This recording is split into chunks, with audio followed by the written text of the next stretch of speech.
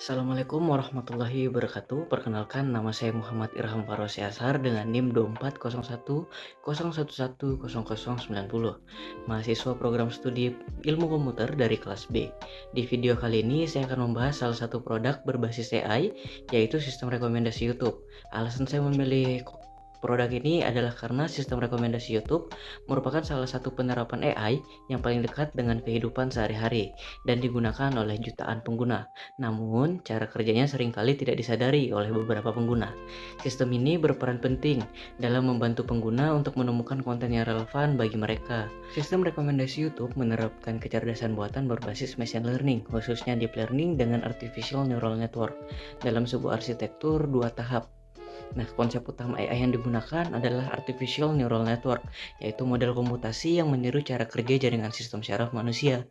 Artificial Neural Network merupakan model komputasi yang digunakan untuk mempelajari hubungan kompleks antara perilaku pengguna, karakteristik video, sehingga sistem dapat memprediksi video yang paling relevan bagi pengguna. Artificial Neural Network yang digunakan memiliki banyak lapisan. Deep Learning memungkinkan sistem untuk mengelola data dalam jumlah besar, menangkap pola non-linear dari perilaku penggunanya, dan menggabungkan beberapa jenis data seperti histori tontonan, pencarian, dan interaksi pengguna. Nah, tahap pertama, YouTube memiliki video corpus, yaitu kumpulan seluruh video yang tersedia pada platform YouTube. Jumlahnya tuh mencapai jutaan. Pada tahap berikutnya adalah candidate generation, di mana sistem akan melakukan neural network untuk menganalisis berbagai data perilaku pengguna, seperti riwayat tontonan, pencarian, serta interaksi pengguna terhadap suatu video. Lalu, tahap berikutnya adalah perankingan, di mana video-video tadi akan diurutkan berdasarkan tingkat relevansi yang lebih spesifik.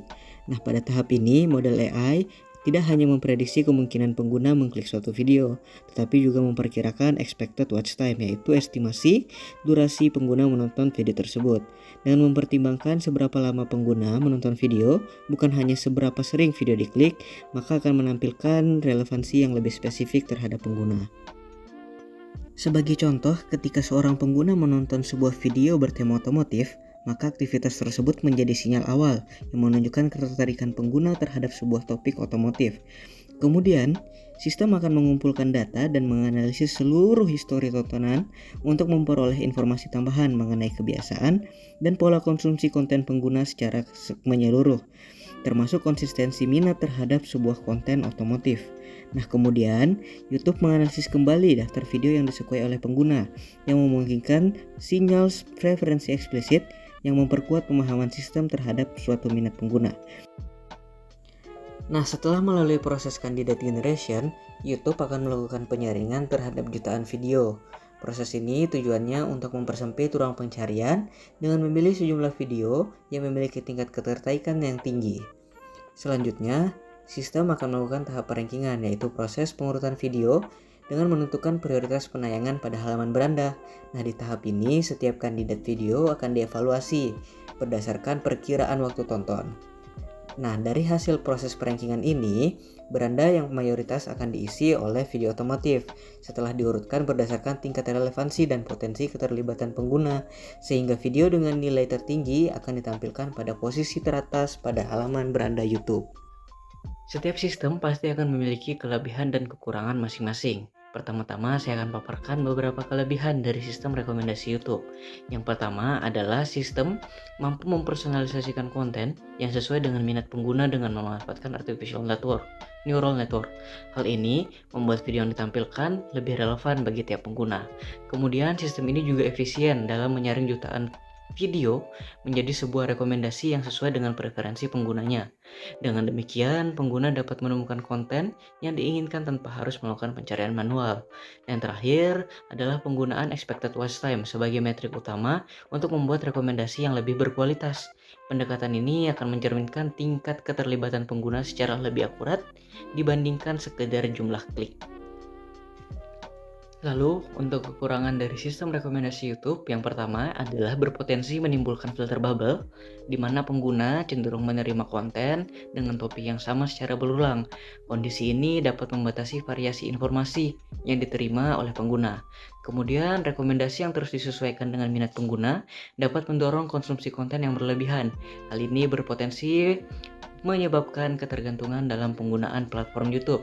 Sistem ini juga bergantung pada pengumpulan data perilaku dalam jumlah yang sangat besar, maka ketergantungan tersebut akan menimbulkan isu privasi dan keamanan data yang perlu diperhatikan. Nah, sebagai kesimpulan, sistem rekomendasi YouTube merupakan salah satu contoh nyata dari penerapan kecerdasan buatan, khususnya artificial neural network dan juga deep learning, di mana sistem YouTube bekerja dengan menganalisis perilaku serta preferensi pengguna melalui dua tahap utama, yaitu Candidate Generation System dan Perankingan, di mana sistem ini mampu menyaring jutaan video dan menyajikan rekomendasi yang relevan serta personal bagi tiap penggunanya.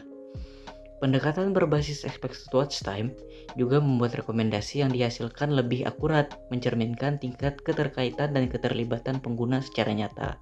Namun, di balik hal itu, sistem rekomendasi YouTube juga memiliki keterbatasan, seperti potensi terjadinya filter bubble, resiko konsumsi konten yang berlebihan, serta isu privasi data. Oleh karena itu, penting bagi tiap pengguna untuk tidak hanya menikmati kemudahan yang ditawarkan oleh teknologi, tetapi juga memahami cara kerja serta dampak yang dapat ditimbulkan dari AI tersebut.